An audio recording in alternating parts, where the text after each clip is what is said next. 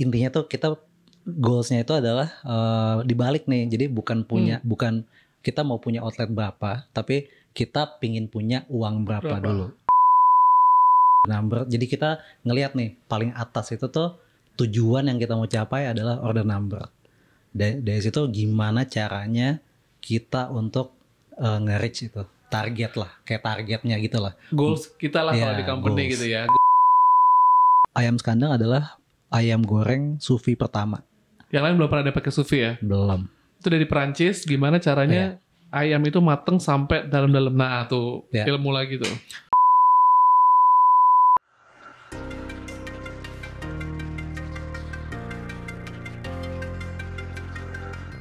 Setiap pengusaha sukses memulai dengan satu langkah berani. Berani usaha bukan hanya tentang memulai, tetapi juga tentang bertahan dan berkembang. Di Berusaha, kita akan membahas cara-cara, strategi, dan solusi untuk mengembangkan usaha. Masih berusaha untuk berani usaha. Halo RS kawan, gue Aldo. Hari ini kita di episode pertama podcast Berusaha, di mana kita kedatangan narasumber yang pengusaha muda yang sudah hadir di tengah-tengah kita. Kita sambut dulu dong nih yang sudah meluangkan waktunya. Bro Nisi. Tepuk tangan dulu untuk Bro Nisi. Apa kabar bro? Baik. Thank you Mas Aldo. Terima kasih dan sudah tim Berusaha undang nih. Ya, oke, terima kasih. Sehat ya bro ya? Sehat. Sudah datang ke podcast pertama kita loh nih. Bro Nisi ini tuh merupakan founder dari Ayam Skandang ya, salah satu bisnis F&B yang berjalan pesat lah bisa dibilang begitu ya bro. Nah mungkin RS kawan nih banyak yang mau tahu cerita terkait dengan Ayam Skandang ini, boleh ceritain dikit bro gimana awalnya? Jadi kalau perjalanan itu sebenarnya lumayan berliku ya. Oke. Ini bukan bisnis F&B pertama yang pernah gue dan teman-teman jalanin sih. Dulu mungkin sekitar 10-9 tahun yang lalu kita pernah usaha makanan F&B. Di situ kita fail. Belum sukses lah waktu itu ya. Sukses. Akhirnya beberapa tahun kemudian kita coba balik lagi, ngajak ketemuan lagi, kita brainstorming lagi. Akhirnya kita memutuskan untuk bikin Ayam Skandang ini. Itu kita Ayam Skandang ini tuh kita pertama kali jualan tuh di Januari 2022. Boleh ceritain nggak yang gagal itu tuh kayak gimana bro yang dulu? Yang gagal itu tuh dulu itu kita tuh punya usaha waffle. Oke. Waffle. Mungkin intinya kenapa gagal ya? Gagalnya adalah mungkin waktu itu kita masih lebih muda, belum banyak pengalaman, dan masih lebih banyak idealisnya. Bisnis pertama tuh waffle dulu ya? Bisnis pertama. Dan tadi lo bilang sempet juga lo nggak sendiri kan ya, bersama teman-teman juga untuk bikin, dan itu bisa dibilang sukses tuh saat itu waktu waffle itu sempat ngalamin kesuksesan ya? Sempat. Sebenarnya punya beberapa cabang juga, keluar kota juga, cuma tetap fail. Tapi intinya pernah ngalamin sukses, tapi emang ada halangan-halangan yang bikin fail ya? Oke. Sekarang kita ngomongin Ayam Skandang nih. Ayam Skandang itu kalau misalnya bisnis ayam goreng, kalau sekarang ini kan banyak lah ya ayam, baik itu yang udah lama atau yang baru, ayam goreng itu udah banyak banget. Kenapa lo dan teman-teman nih pilihnya ayam goreng gitu? Dari sekian banyak makanan, waktu itu pada saat 2022 itu lo ciptain Ayam Skandang ini. Kenapa? Kita sadari sebenarnya top of mind makanan orang Indonesia tuh salah satunya adalah ayam goreng. Setuju, ayam goreng, betul. Mungkin waktu kita kecil, kita suka mama kita lagi masak atau kita lagi masak, kita nanya, "Mah, masak apa?" Ayam goreng. Ayam goreng, Jadi sebenarnya dari situ berangkat produknya itu. Nah, next stepnya adalah gimana cara kita nemuin perbedaannya apa nih dari ayam goreng yang lain nih. Gue setuju sih, kayak yang bilang tadi, emang top of mind orang Indonesia itu kalau makanan tuh ayam goreng ya. Anak-anak kecil, zaman dulu kita kecil ya, pasti kalau nanya ke orang tua, ke rumah saudara atau dari bawah mbak, pasti ayam goreng kayak gitu ya. Oke, tapi kan sekarang banyak nih ayam goreng yang bisa dibilang sukses juga, enak juga, gampang juga didapetinnya gitu. Lo pasti punya trik dong sama temen-temen lo gitu kan. Gimana caranya bikin satu ayam nih yang namanya Ayam Skandang ini beda sama ayam goreng lainnya? Boleh tahu nggak bro? Share ke kita trik apa yang udah kalian bikin gitu supaya kita beda si Ayam Skandang ini. Kita tuh fokusnya di produk sih. Soalnya menurut kita tuh produk tuh nomor satu sih. Pas kita bikin produk itu yang kita lakukan dulu tuh kita pas produknya masih mungkin masih beta lah ya, masih beta version tuh biasanya kita minta tolong teman, rasa ini coba gitu ya. lo beli deh. Oke. Kenapa beli? Soalnya kalau misalnya dikasih, Orang nggak enak hati. mereka kan pasti Iya, bilang betul. enak-enak aja Iya, gitu. Sedangkan setuju. kalau misalnya dia beli, dia bisa Jujur. nimbang nih. Iya. Ini sesuai gak sih sama yang gue bayar gitu loh. Jadi kita beberapa kali tuh mungkin prosesnya berapa lama ya? 3 bulan sih kita melakukan Waktu itu awal sih. lo salah satu triknya lo begitu caranya. Iya, Oke. kayak gitu. Jadi sehingga lo nanti pada ujungnya lo bisa menentukan yang terbaik versi Iya, lo seperti apa, yang kurangnya kira-kira apa, betul. apa namanya, kita bisa ngobrol, maksudnya karena temen juga ya, jadi kayak bisa ngasih masukan, bisa ngasih, oh nih, ya jadi apa ya, proses buat penyempurnaan aja sih. Kayak trial and error gitu ya. Iya. Jadi di awal lo bikin kayak gitu dulu. Salah satu triknya supaya lo lebih mengedepankan pendapat orang supaya lo bisa kasih yang terbaik gitu ya pada awalnya gitu ya. Oke. Menarik. Nah sekarang gue pengen tanya pendapat lo nih bro. Ya. Kan top of mind orang Indonesia nih sekarang ini nih. Kalau mau bisnis ya generasi kita lah atau yang lebih muda lagi dari kita, kalau mau coba bisnis itu F&B katanya gitu ya. Pengen jualan makanan, minuman dan lain sebagainya. Nah berdasarkan pengalaman lo nih, sharing nih bro sama teman-teman yang ada di RS Kawan semua. Ya. Tantangan yang pernah lo hadapi itu pada saat awal lo mendirikan ini, mau yang waffle dulu, yang fail itu ataupun yang ayam goreng ini tuh, boleh ceritain nggak apa tantangan terbesar lo waktu itu? Tantangan terbesar tuh pasti apa ya? Itu pasti ada step yang beberapa step yang dilewati ya. Kayak misalnya untuk membuat sebuah bisnis kan kita butuh satu kan produk ya. Produknya kita lihat dulu nih. Ini udah yang tadi kayak pertama gue bilang tadi. Misalnya nih kalau misalnya kita udah puas dan orang-orang yang kita tanya nih udah oke. Nextnya kan ada beberapa variabel kayak branding, kayak misalnya nih target marketnya siapa dan kita mau jualannya gimana dan di mana, kayak gitu-gitu sih sebenarnya. Jadi itu tantangan juga ya di situ ya. Jadi step-stepnya itu yang pertama mungkin kalau gue bisa kesimpulan nih, yang pertama pasti lo tentuin dulu produk lo itu yang lo jual itu diterima nggak sama pasar ya. Kayak mau jualnya sama anak muda atau sama orang tua, ibu-ibu atau bagaimana gitu ya. Kemudian di mana lokasinya, brandingnya mau gimana, kayak gitu ya. Jadi itu step-step tuh teman-teman RS Kawan yang harus dimiliki dan dijalani ya pada saat awal-awal. Apalagi zaman sekarang ini kan udah apa ya?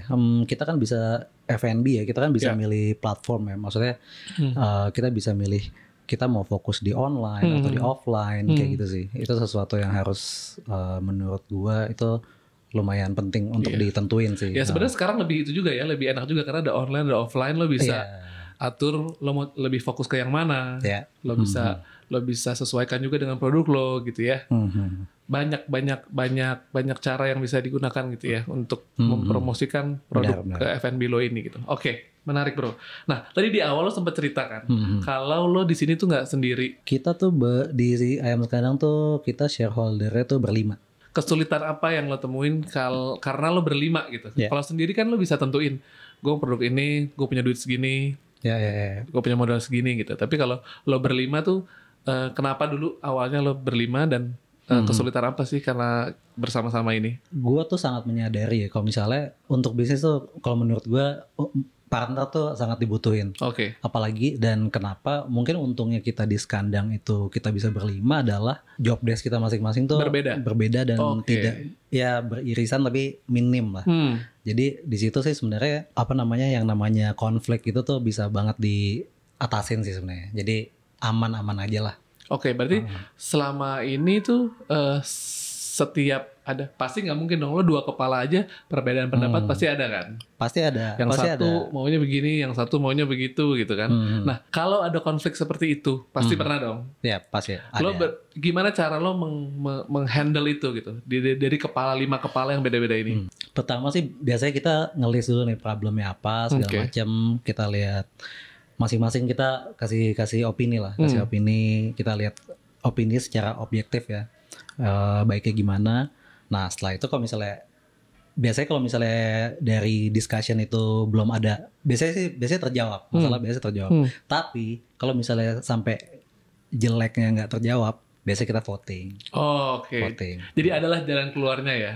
Ya, pasti ada lah, pasti ada. Oke, menarik nih. Jadi sebenarnya dari Bro Nisi tadi bilang kalau karena kalian berlima, justru tuh dalam mengambil satu keputusan ada pendapat-pendapat yang berbeda-beda, tapi justru itu membuat solusi yang lebih bagus lagi gitu ya. Iya. Betul ya. Jadi nggak cuma dari satu kepala aja. Kalau satu kepala pasti chaos, bener kan? Iya. Ya karena 5 itu mumet banget sih kalau satu betul. kepala. Tapi ada juga perbedaan pendapat pasti ada. Pasti ada dan harus ada sih. Iya. Harus ada. Dan paling jelek ya voting kalau berbeda. Jadi bukan jadi malah jadi selek gitu ya. Oke. Dan juga apa namanya keuntungannya juga karena lo tentukan job desk yang beda-beda, betul ya? Mungkin gue bisa sedikit ini ya, sedikit ngasih gambaran ya. Jadi kita di Skandang itu tuh yang pertama tuh kita harus kita nentuin sih visi misi kita tuh gimana. Oke. Kalau di Skandang itu tuh kita tuh ibaratnya kayak kompas. Kita tuh kebetulan emang kompasnya ayam Skandang itu adalah order number. Oke. Kalau di order number, jadi kita ngelihat nih paling atas itu tuh tujuan yang kita mau capai adalah order number. Dari situ gimana caranya kita untuk nge-reach itu target lah, kayak targetnya gitu lah. Goals kita lah kalau di company goals. Gitu ya. Goals kita tuh harus itu yang harus dicapai. Lo mau gimana caranya? Ya harus capai itu si numbers tadi ya. Mau caranya gimana pun ya. Nanti pasti ada aja deh cara ini, itu. Nah, cuman ujung-ujungnya tetap goalsnya adalah satu, kayak gitu sih sebenarnya. Oke. Menarik ya. Jadi kalau rame-rame itu bukan berarti malah jadi banyak kepala. Jadi kalau misalnya tadi kayak dibilang kebanyakan banyak pendapat atau banyak konflik, kita balik lagi. Tujuan utamanya apa nih? Betul, setuju. Gitu. Setuju bro. Jadi kalau melakukan sesuatu bersama-sama apapun ya, nggak usah bisnis lah atau apapun itu, apalagi kalau bisnis gitu ya, kita punya satu puncak yang mau dicapai bareng-bareng gitu ya. Jadi kalau ada masalah di situ kita selesain juga secara kepala dingin dan juga diskusi dan lain sebagainya. Ini kan pasti banyak juga nih yang nggak sendiri sama tim, sama teman-teman. Jadi lo pernah bilang kalau Waffle ini dulu sempat sukses, bener nggak?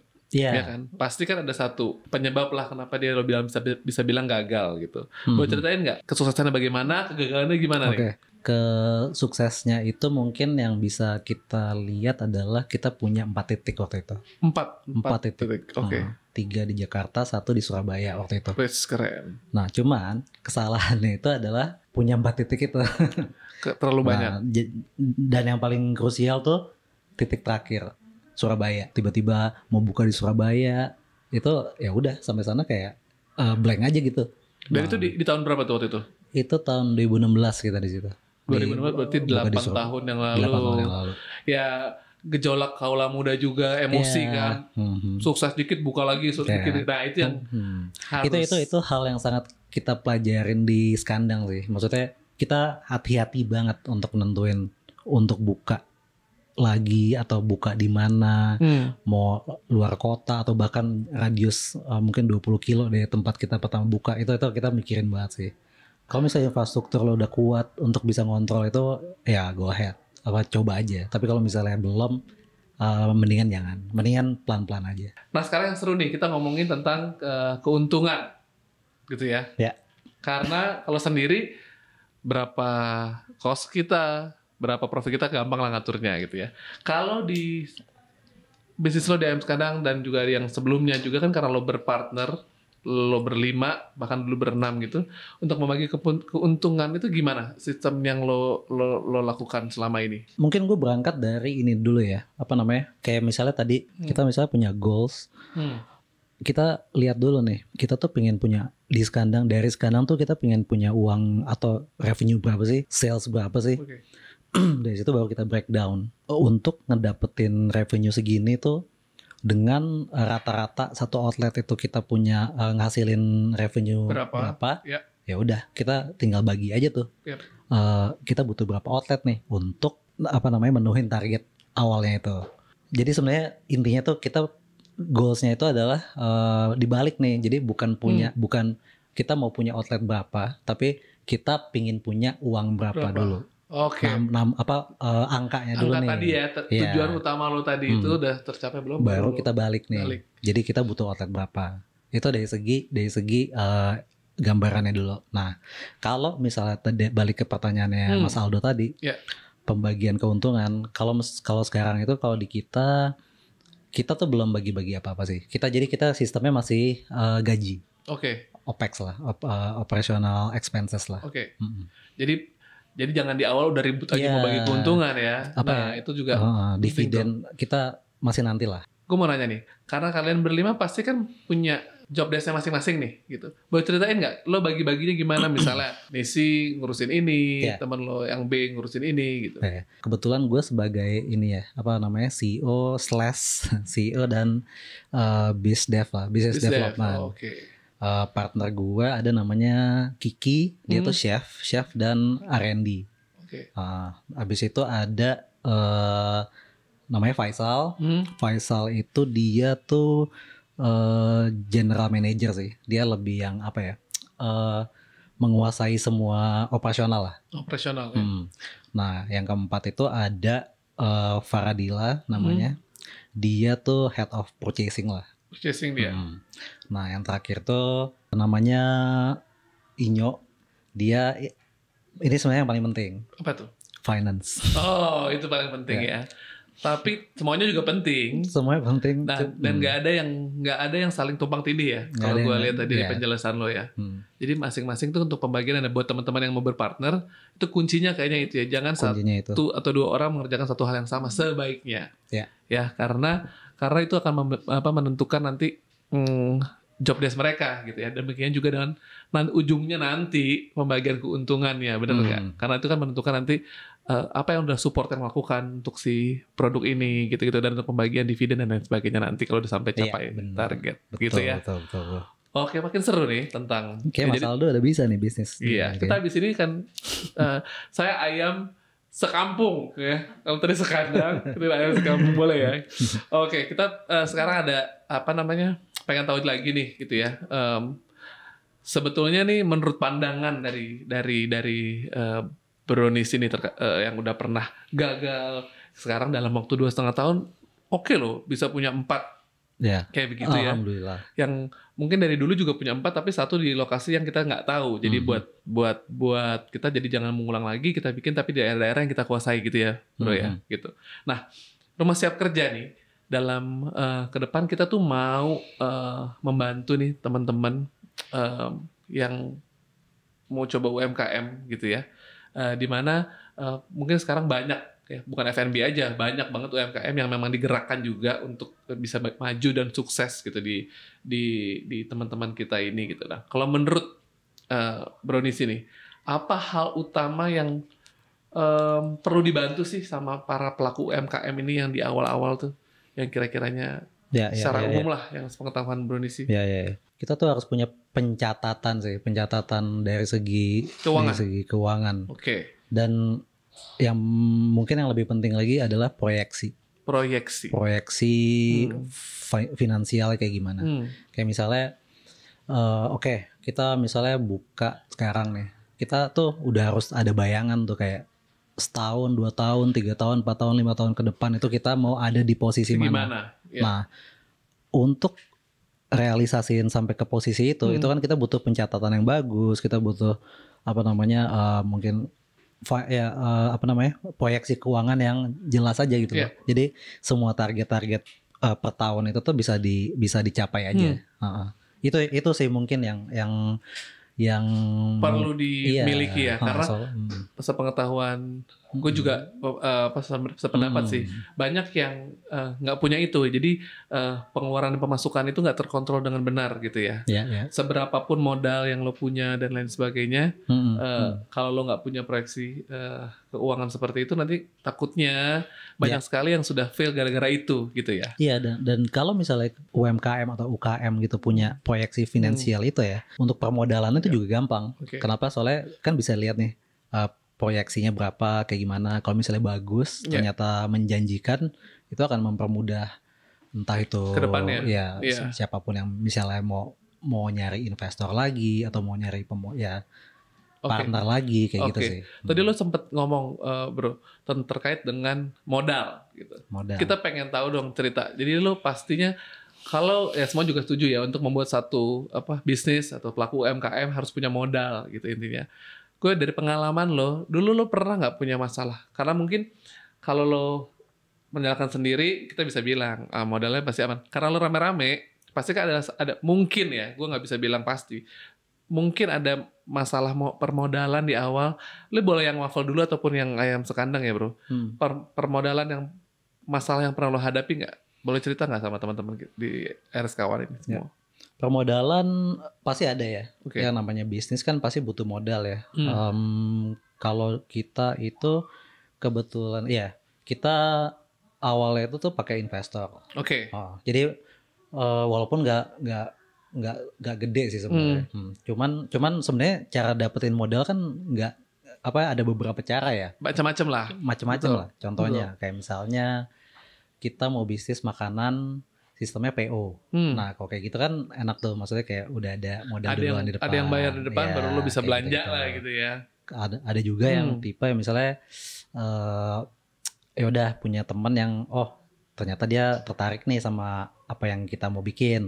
Jadi bisa ngasih invest tapi kecil. Ya yang penting buat muter dulu aja kayak gitu sih sebenarnya. Oke. Ini masuk lebih sensitif dikit nih gitu ya. Tadi modal udah cerita. Itu merupakan satu yang permasalahan pasti ada gitu ya.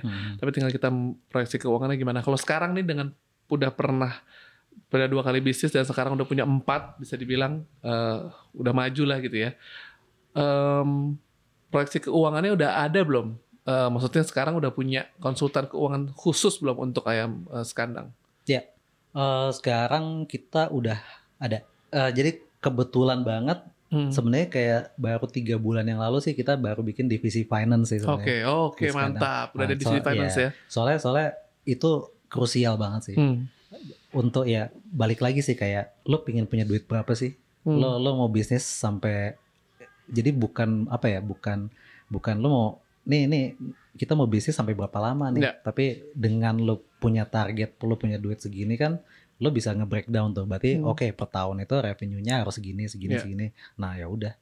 Kalau dari situ lo punya target angka itu bisa ke breakdown tuh gimana profitability kayak gimana.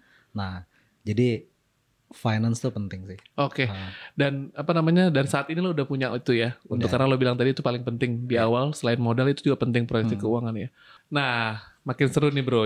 Kemarin sebelum kita ada rencana untuk undang lo ke podcast kita ini, kita sebarin Q&A. Jadi mereka akan nanya penasaran dengan bisnis lo lah intinya. Nah, ini ada pertanyaan pertama dari RS Kawan.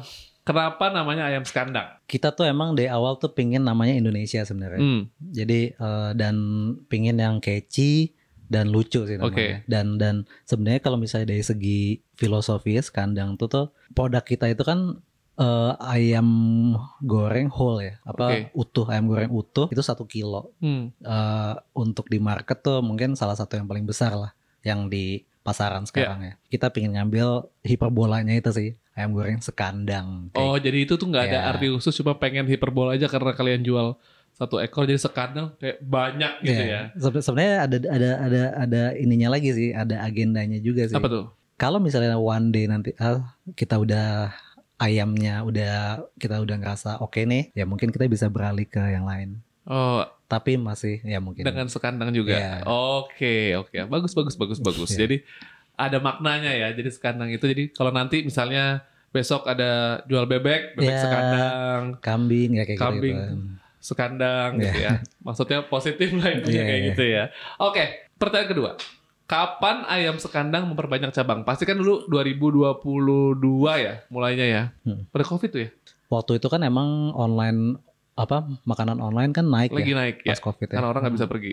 Jadi kita ngeliatnya ya udah opportunity juga aja sih sebenarnya. Nah itu tahun 2022 bulan Januari. Tapi kita mulai R&D tuh sebenarnya lumayan dari Agustus September 2021 lah. 4 bulan lah berarti. 4 bulanan lah. Oke. Lo 1 cabang dulu dong, nggak langsung 4 kan? Enggak, 1. 1 dulu. Itu yang pertama yang di 1 itu yang pertama di Wijaya. Oke. By the way ini ada di Wijaya, di mana lagi? Wijaya, Bintaro, Pondok Labu sama Menteng. Tuh, ada 4 tempat dekat sama rumah RS Kawan yang mana? bisa online juga ya kan. Ya. Bisa dine in juga di beberapa tempat yang bisa. Bisa gitu. bisa dine in semuanya kecuali yang di Menteng. Yang di Menteng kita cuman online dan take away only. Oke. Nah, saat lo cabang pertama itu yang di Wijaya. Ya. Yang kedua, yang ketiga dan keempat itu kapan lo putuskan? Nah, waktu itu Wijaya itu kan yang pertama ya. Jarak dari cabang 1 ke 2 itu lumayan lama tuh. Soalnya kita emang apa ya bahasanya ya? Kita waktu itu untuk nemuin market kita, mantepin dulu lah ya. Itu lumayan lama lah. Hampir setahun mungkin. Jadi kita baru berani buka yang kedua tuh setelah ini ternyata marketnya ada nih. Ternyata udah diterima nih sama masyarakat nih. Okay. Dari situ kita mutusin oke deh, boleh kita coba buka yang kedua. Waktu itu akhirnya kita coba buka di Bintaro. Itu jaraknya tuh setahun sebulan. Berarti bulan Februari tahun 2023. Februari 2023. Baru buka Bintaro. Okay. Nah, dari Bintaro kedua ke yang ketiga itu jaraknya dari Februari ke Agustus 2023, 6 bulan.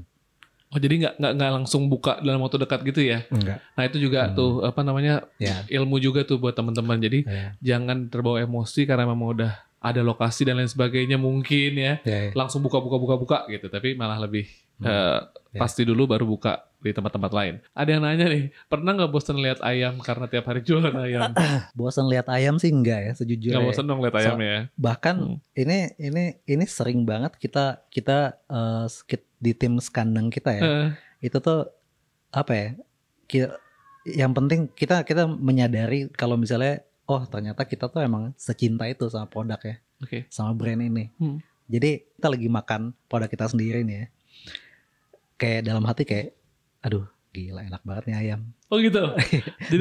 dan awalnya gue kira gue cuman gue doang kan. Tapi pas gue validasi sama teman-teman partner gue, mereka juga merasakan hal yang sama gitu. Jadi intinya tuh sebenarnya ya kalau misalnya lo secinta itu sama produk lo gak akan bosen. Harusnya sih gak akan bosen ya. Nah gitu RS kawan.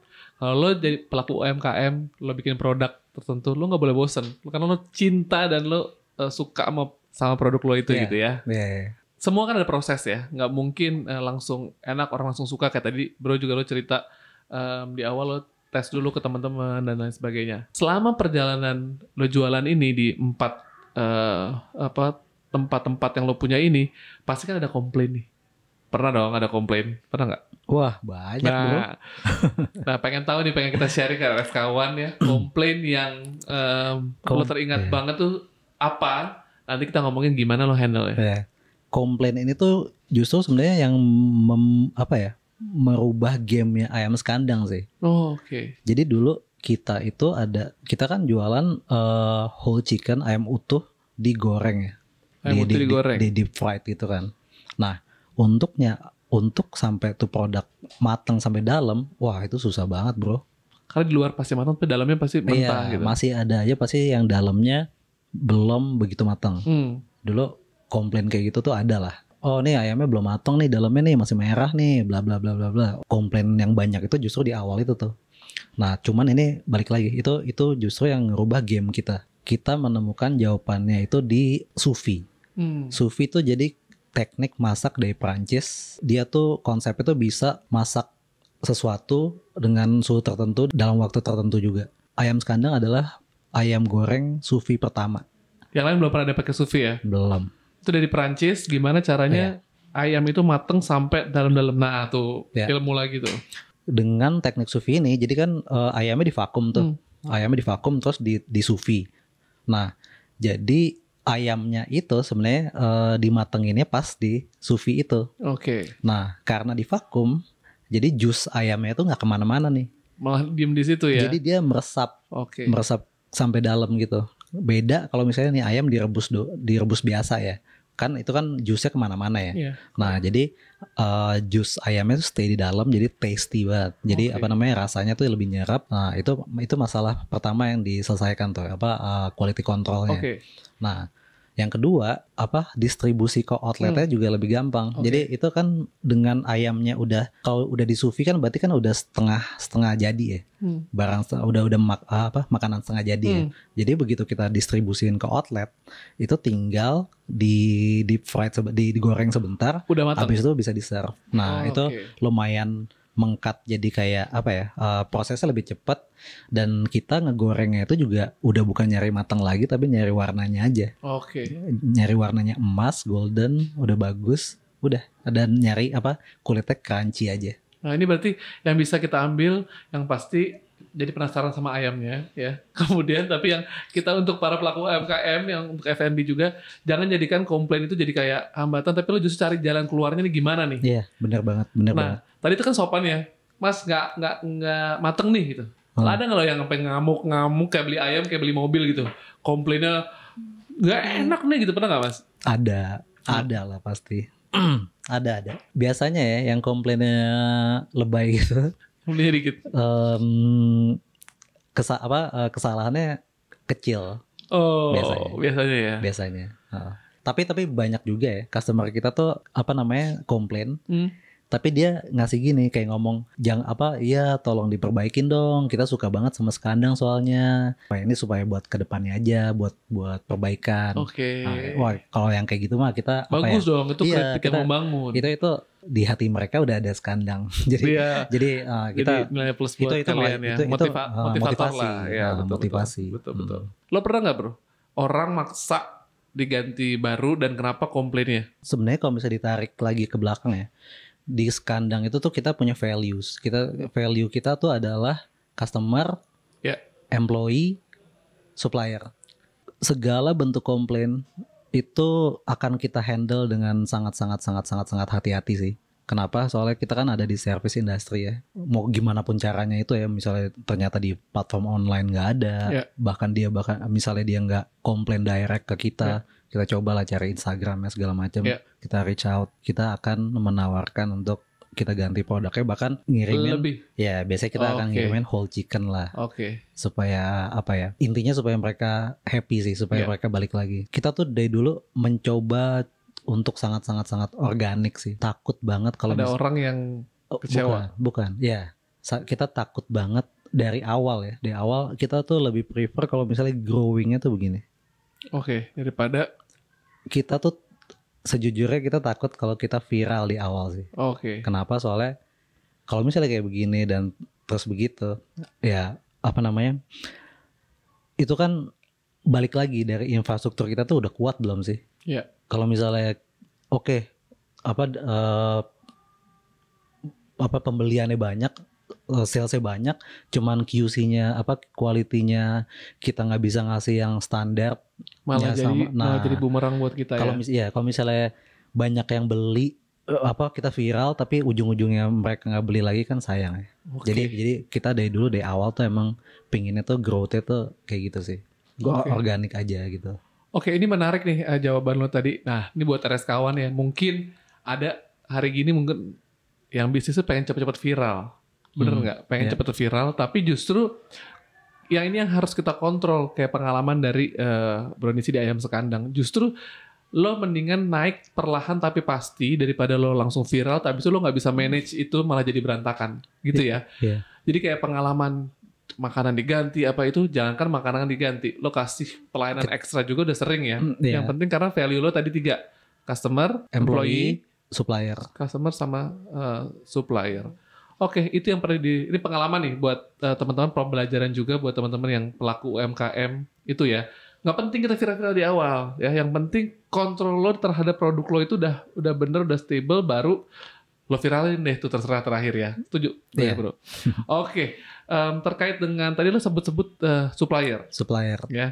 Ayam kan di supermarket banyak, di pasar juga banyak, ayam kampung, ayam jangan ketawa dong bro ya, ayam kampung, ayam apalagi sih, ayam kampung sama ayam broiler, bener ya. Ayam kampung lebih mahal karena gurus, padahal yang lebih semok itu ayam broiler lebih murah gitu ya.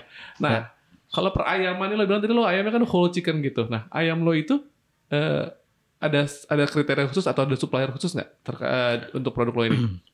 Untuk nih dari kita pertama kali jualan 2,5 tahun ini ya, dua setengah tahun yang kita udah jalan ini, kita emang beberapa kali ganti supplier. Cuman sekarang nih udah stay Pasti. nih, udah pasti.